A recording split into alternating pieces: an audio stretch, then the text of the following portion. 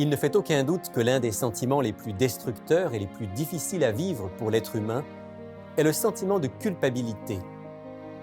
Dans le programme dit des 12 étapes, un programme bien connu de libération des dépendances, on insiste sur le fait qu'après avoir fait un inventaire moral minutieux de sa vie, il est essentiel de reconnaître, d'avouer, de confesser ses torts pour en être libéré. C'est ce qu'on appelle la 5e étape. Et c'est notre sujet d'aujourd'hui.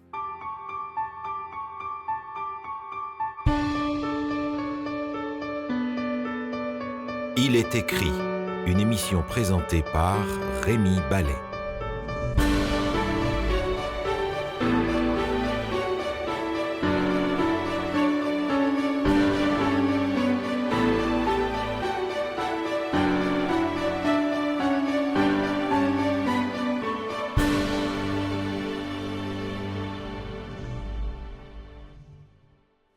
Bonjour à tous, bienvenue dans l'émission Il est écrit.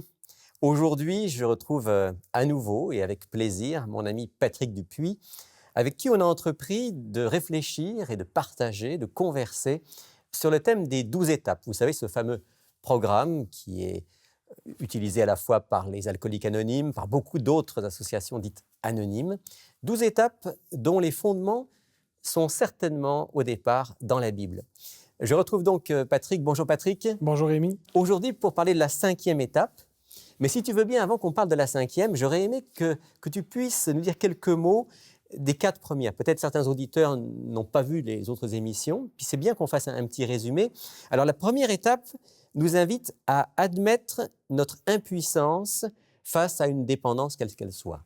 Tout à fait. Et donc, sans une prise de conscience au départ concernant un problème que nous vivons, une dépendance ou une autre, c'est impossible de s'imaginer ou même espérer de s'en sortir.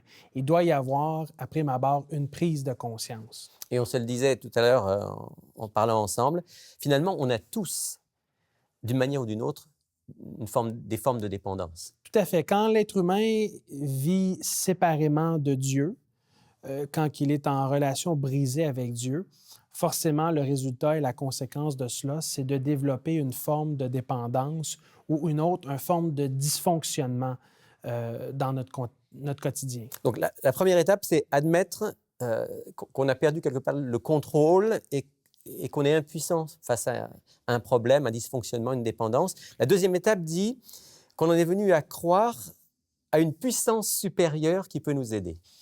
Tout à fait. Et la prochaine étape, la deuxième étape, c'est de nous amener à réaliser, à comprendre une vérité fondamentale que nous retrouvons dans la Bible.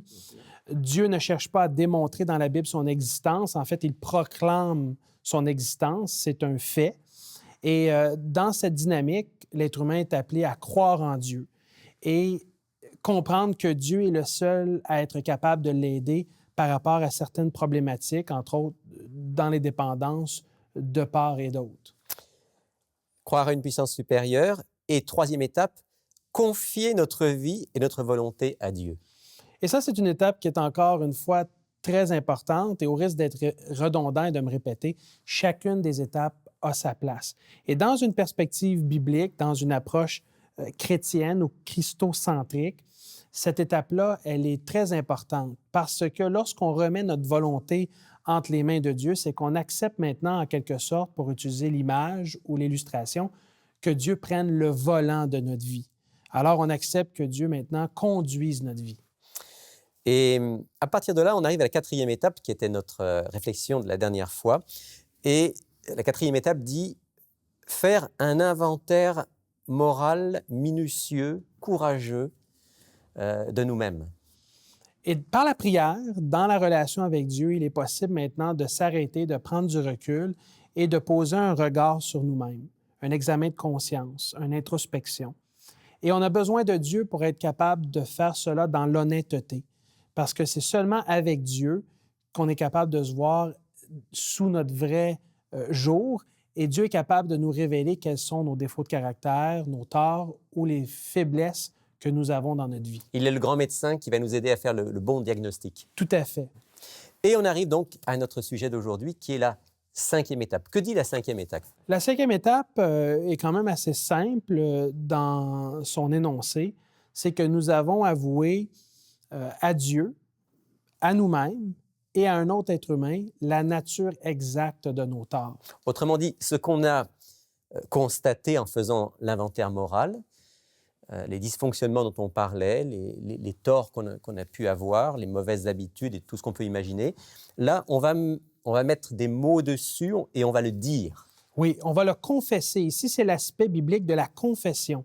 Et la confession, elle est très importante parce que la confession, c'est une autre façon par laquelle on admet à Dieu et à nous-mêmes qu'il y a un problème. Et l'inventaire moral nous permet de rester dans la spécificité du problème. Par exemple, dans la prière, on va avoir l'habitude de dire « Seigneur, pardonne-moi pour mes péchés ». Voilà, ça c'est la prière que Dieu ne peut pas exaucer. Tout à fait, parce que, je veux dire, l'éventail est assez vaste.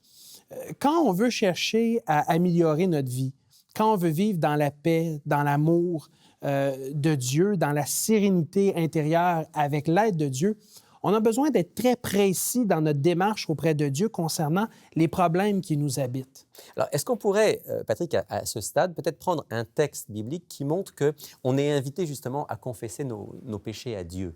Est-ce qu'il y aurait un texte biblique? Moi, je pense par exemple peut-être au texte de 1 Jean. Tout à fait. 1 Jean, le verset 9, qui est un texte, en fait... Donc, première lettre de Jean, chapitre 1er.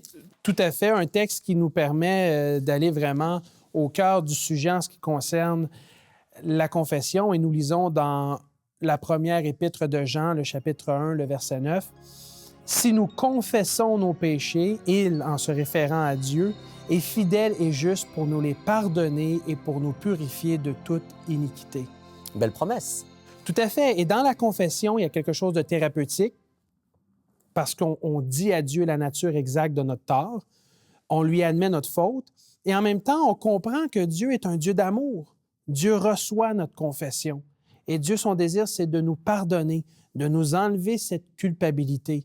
Mais ça ne s'arrête pas là. Dieu désire effectuer un travail en nous pour qu'on puisse régler la nature exacte de ce problème. Oui, parce que le texte dit, d'ailleurs c'est intéressant, juste avant le verset qu'on a lu, j'ai envie de lire le verset 8 aussi qui dit « Si nous disons que nous n'avons pas de péché, nous nous séduisons nous-mêmes et la vérité n'est pas en nous. » C'est assez pesant comme énoncé biblique parce que ici, en fait, c'est tout à fait nier l'existence d'un problème.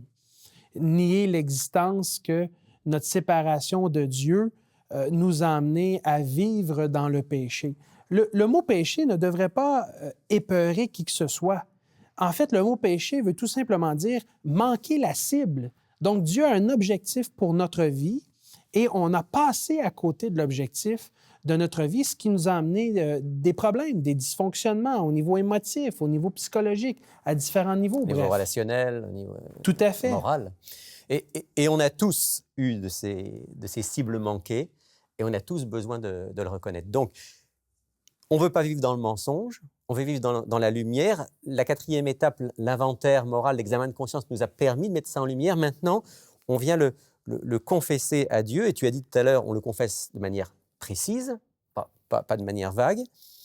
Et le texte dit, lui va être fidèle et juste pour nous pardonner et pour nous purifier. On est déjà un petit peu presque dans les étapes suivantes, mais il y a une promesse extraordinaire. Il y a une libération, il y a une paix, il y a quelque chose que Dieu fait pour tous ceux qui sont honnêtes avec lui. Tout à fait, tout à fait. Et l'important dans tout ça, c'est la confession, mais la spécificité de la confession. On doit aller à Dieu avec la nature exacte du problème. Sinon, la vérité, c'est que c'est une perte de temps. Si vraiment on est intéressé à avoir une vie meilleure, alors on doit travailler dans les détails. Et Dieu est un Dieu de détails. Et dans la mesure où on passe à cette confession-là vis-à-vis Dieu, c'est un aspect positif pour notre vie.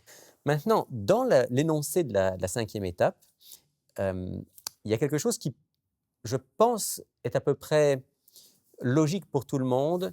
Si on veut avancer, il faut reconnaître la nature exacte de nos torts, alors envers nous-mêmes. Je pense que près tout le monde va être d'accord là-dessus. Envers Dieu, si on est croyant, ça semble une évidence. Maintenant, l'autre élément, c'est de confesser à quelqu'un d'autre, à une autre personne. Ça peut poser des questions. Pourquoi est-ce que si j'ai certains problèmes et que j'en ai parlé honnêtement, je m'en suis parlé à moi-même, j'en ai parlé à Dieu, Pourquoi est-ce qu'il faut que j'en parle à une autre personne? En fait, l'idée ici, c'est celle de l'honnêteté, la transparence et l'authenticité. Premièrement, il faut dire que la cinquième étape fonctionne dans la mesure où elle est entreprise avec l'aide de Dieu. Donc, on doit nécessairement être croyant. On doit nécessairement s'approcher de Dieu et Dieu nous aide à être honnête avec nous-mêmes. Donc là, il y a un processus qui est entrepris qui fait du bien. L'objectif de confesser à une personne de notre choix, et ici, il faut faire attention, l'idéal, c'est peut-être d'aller vers un pasteur, quelqu'un de confiance, ça peut être un ami de la famille, quelqu'un qui ne va pas nous trahir, nous juger ou nous condamner, peut-être même un professionnel de la santé. Oui, parce que ça peut être délicat quand même, ce choix de cette personne. Si je parle à quelqu'un qui ne comprend pas, à quelqu'un qui en parle à d'autres, à quelqu'un... Le choix est crucial, là. Oui, et la vérité est la suivante, et elle dérange. Elle dérange parce qu'elle est tellement vraie. C'est que la majorité d'entre nous, quand nous vivons séparés de Dieu, et même jusqu'à une certaine mesure quand nous vivons avec Dieu, nous vivons une forme ou une autre d'hypocrisie dans notre vie. Nous nous présentons d'une certaine façon vis-à-vis notre prochain et autrui, et nous sommes tout autre quand nous sommes seuls avec nous-mêmes. L'exercice de la cinquième étape, c'est de nous amener à vivre l'honnêteté non seulement envers Dieu, non seulement envers nous-mêmes, mais avec une autre personne. De pouvoir dire à quelqu'un, ben voilà, j'ai ce problème-là. Et voilà. Et ça, c'est libérateur. Ça fait du bien. Surtout si on est vis-à-vis une personne qui ne va pas nous juger, ne va pas nous condamner, mais au contraire va être une écoute active pour nous et du soutien moral et autres. Est-ce que ça peut être quelqu'un qui est proche de nous? Est-ce qu'il vaut mieux que ce soit quelqu'un qui soit un petit peu extérieur? C'est à la discrétion de la personne qui entreprend la cinquième étape, mais c'est toujours intéressant d'avoir recours à une personne qui a peut-être un certain recul et qui va pouvoir manifester une certaine objectivité dans nos propos. Et c'est délicat, il faut vraiment en faire un sujet de prière et réfléchir avant de choisir qui que ce soit pour entreprendre cette étape parce que l'objectif, c'est qu'on va parler de choses qui sont très personnelles, très intimes à notre vie. Et des fois, les choses qui vont ressortir, c'est des choses qui peuvent déranger, qui peuvent même gêner à différents moments. Qu'est-ce qu'on attend de cette personne? Parce qu'en fait, du point de vue du pardon, on parlait tout à l'heure du pardon, du point de vue du pardon, le pardon va venir de Dieu. Tout à fait. Hein? Donc la personne, à moins que ce soit quelqu'un que j'ai offensé, mais ça on en parlera dans une autre étape, la personne à qui je vais me confier, j'attends pas d'elle qu'elle me donne le pardon. Qu'est-ce que j'attends d'elle? L'opportunité de sortir de son isolement, c'est ce que nous cherchons à faire dans la cinquième étape, entre autres. Et en confessant nos torts à une autre personne, on ne va pas chercher auprès de cette personne-là le pardon, comme tu dis bien, le pardon vient de Dieu et de Dieu seul. Mais on va chercher une opportunité de se présenter sous notre vrai jour. Et ça, c'est important. C'est de se sortir d'un certain mensonge, se sortir d'une certaine hypocrisie. Et c'est difficile, mais c'est nécessaire. Et c'est bienfaisant, c'est thérapeutique. Il y a un aspect de guérison qui nous libère quand on accepte de se présenter tel que nous sommes. La société nous met énormément de pression aujourd'hui, Rémi, pour qu'on atteigne des standards X, Y, Z. Et puis il y a l'image. Et on est toujours dans une forme d'image qui, finalement, n'est pas le reflet tout à fait exact de ce que nous sommes intérieurement. Le seul à vraiment nous connaître tel que nous sommes, c'est Dieu. Mais dans l'étape 5, l'objectif, c'est de sortir d'une problématique et confesser à Dieu, à nous-mêmes et à un autre être humain, la nature exacte de nos torts. C'est une opportunité d'éclore et d'être ce que nous sommes. Je vais te poser une question, Patrick, parce que ce que tu dis là, ça me fait penser à des situations très concrètes que j'ai connues avec des gens que j'ai côtoyés. Quand on parle à quelqu'un comme ça de confiance, on a ouvert son cœur à Dieu, on a été honnête avec nous-mêmes, on parle à quelqu'un de confiance. On ne s'attend évidemment pas à ce que les choses soient sur la place publique. Mais la question que je me pose, c'est est-ce qu'en faisant cette cinquième étape et en parlant à quelqu'un de confiance, ça ne veut pas dire que d'une certaine manière, s'il devenait public que j'ai tel ou tel problème de dépendance, je serais prêt à l'assumer. Je dis ça parce que je pense en particulier à quelqu'un à qui j'ai parlé récemment, qui a pu me confesser des choses qui ont été des dépendances pour cette personne pendant longtemps, mais qui en même temps me disait faut pas en parler parce qu'il faut que je préserve mon image. Et je me sentais un petit peu en porte-à-faux. D'un côté, il y avait une ouverture, et de l'autre, je veux garder mon image. Est-ce que la vraie 5e étape, c'est pas de dire, quelque part, c'est plus sur mon image que je travaille, c'est sur la vérité de ce que je suis? Tout à fait. Et il devrait y avoir cette tendance vers la capacité de s'assumer tel que nous sommes et une espèce de réconciliation avec nous-mêmes.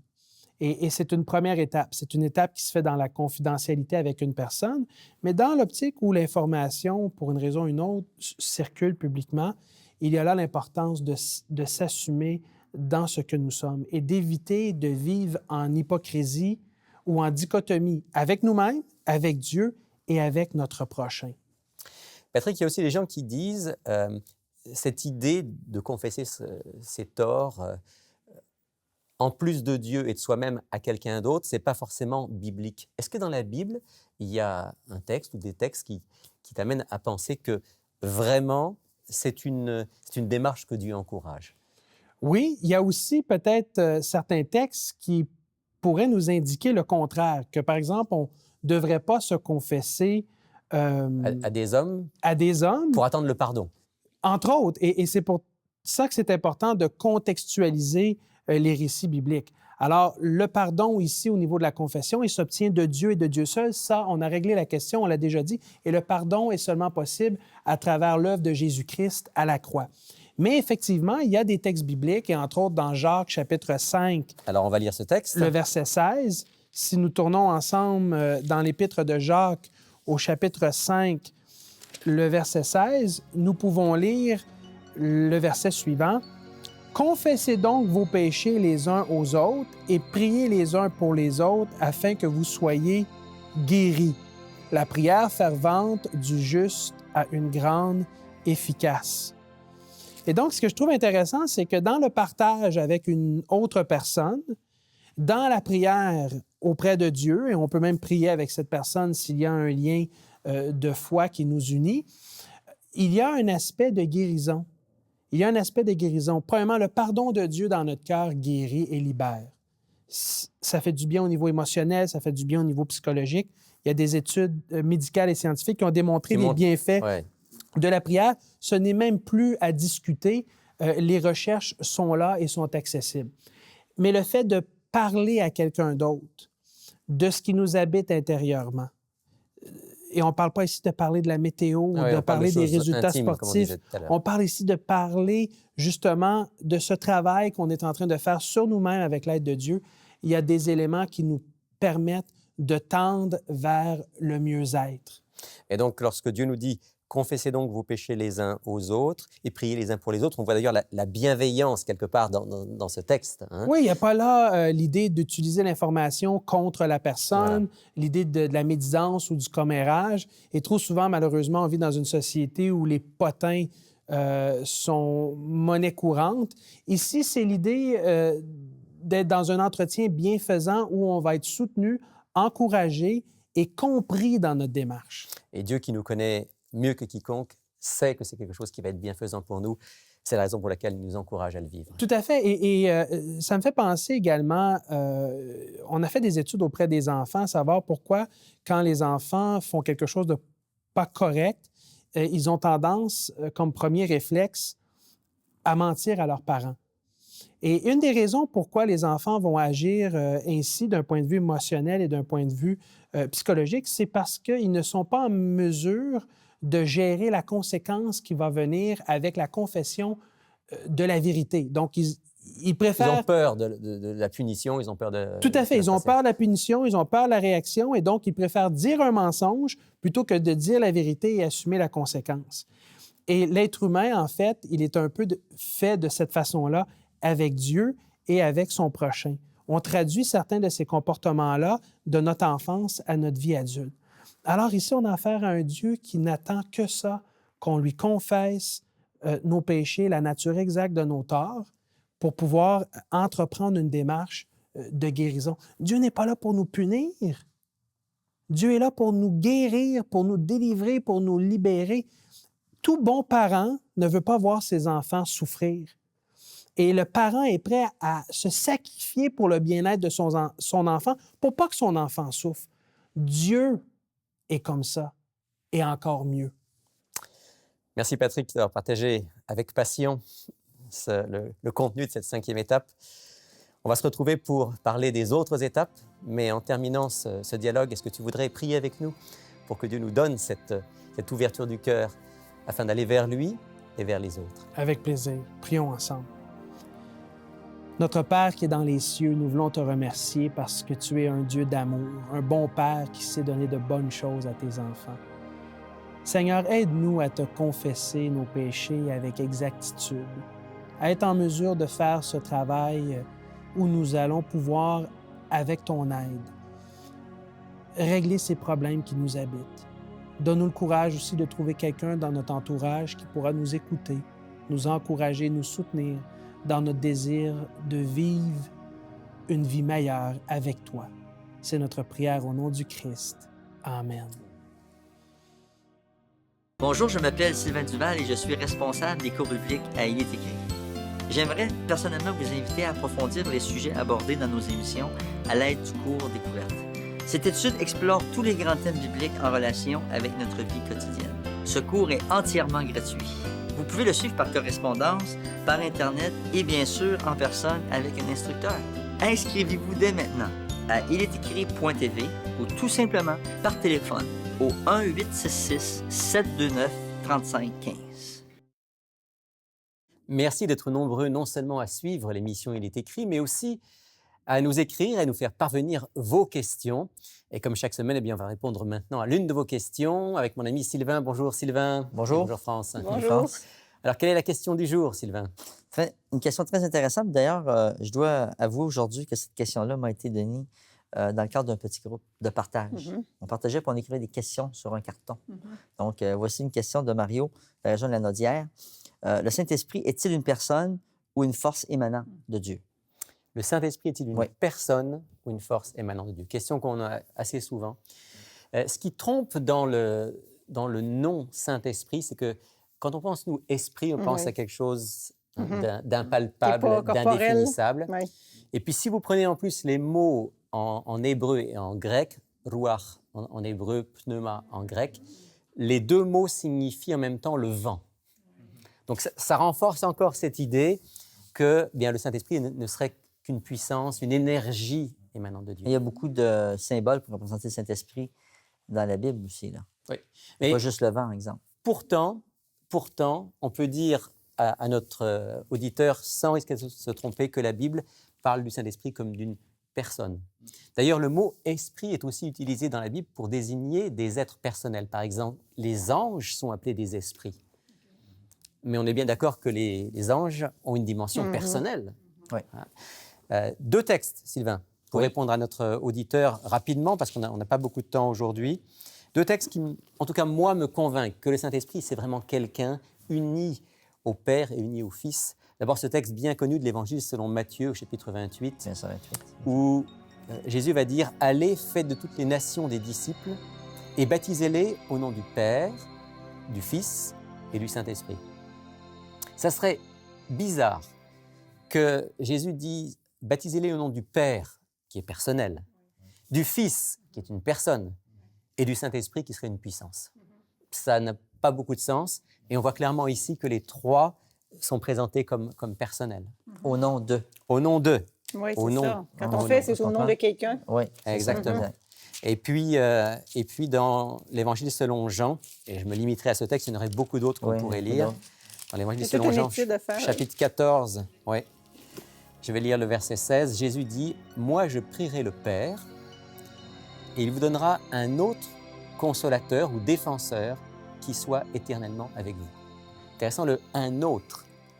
S'il y a un autre, ça veut dire qu'il y en a un premier. Qui était le premier? Jésus.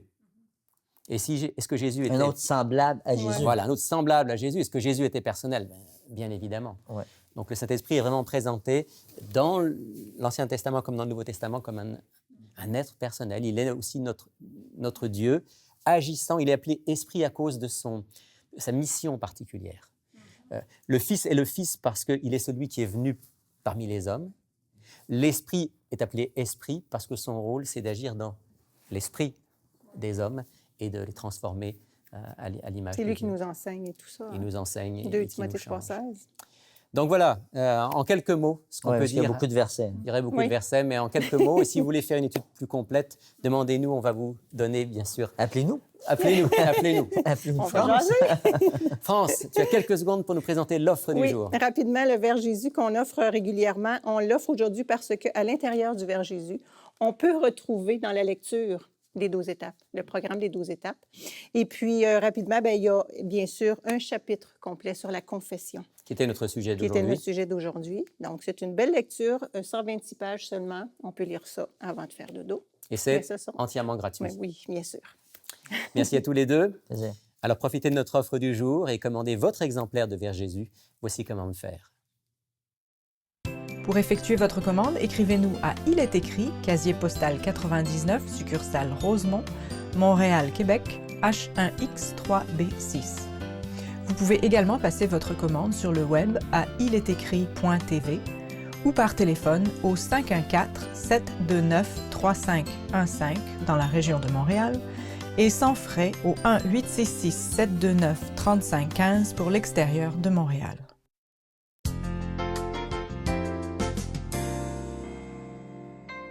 Vous est-il déjà arrivé de tomber? Je pense que nous sommes tous d'accord pour dire qu'il n'y a rien de plaisant lorsqu'on tombe. Dans la vie, on peut fréquemment perdre pied et se retrouver cloué au sol. Et ça fait mal. En ce moment, vous êtes peut-être abattu parce que vous avez perdu votre emploi ou vous vivez une rupture amoureuse ou bien encore la maladie vous a atteint. Nombreuses sont les raisons qui peuvent nous terrasser. Nous nous affaissons alors et nous avons le sentiment que la force pour nous redresser et continuer notre route nous échappe. J'ai personnellement vécu de telles situations et si ce n'était de l'aide de Dieu, je serais assurément resté par terre. Dans la Bible, le psalmiste nous dit comment Dieu agit envers chacun de ses enfants lorsqu'il perd l'équilibre. Il est écrit « S'il tombe, il n'est pas terrassé, car l'Éternel lui prend la main. » Je suis rassuré de savoir que si les difficultés de la vie me font trébucher, Jésus est là, à mes côtés, pour me tendre la main et m'aider à me remettre debout. Le chemin de la vie est long et souvent difficile. C'est pourquoi j'aimerais vous inviter à saisir la main tendue de Dieu. Par son amour, il vous aidera toujours à vous relever si jamais vous tombez.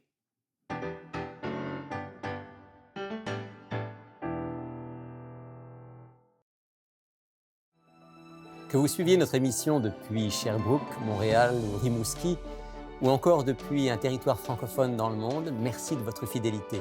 N'hésitez pas d'ailleurs à nous faire part de vos commentaires, de vos suggestions, de vos réactions. Je vous retrouve la semaine prochaine pour une autre émission, mais d'ici là, souvenez-vous, il est écrit « L'homme ne vivra pas de pain seulement, mais de toute parole qui sort de la bouche de Dieu. »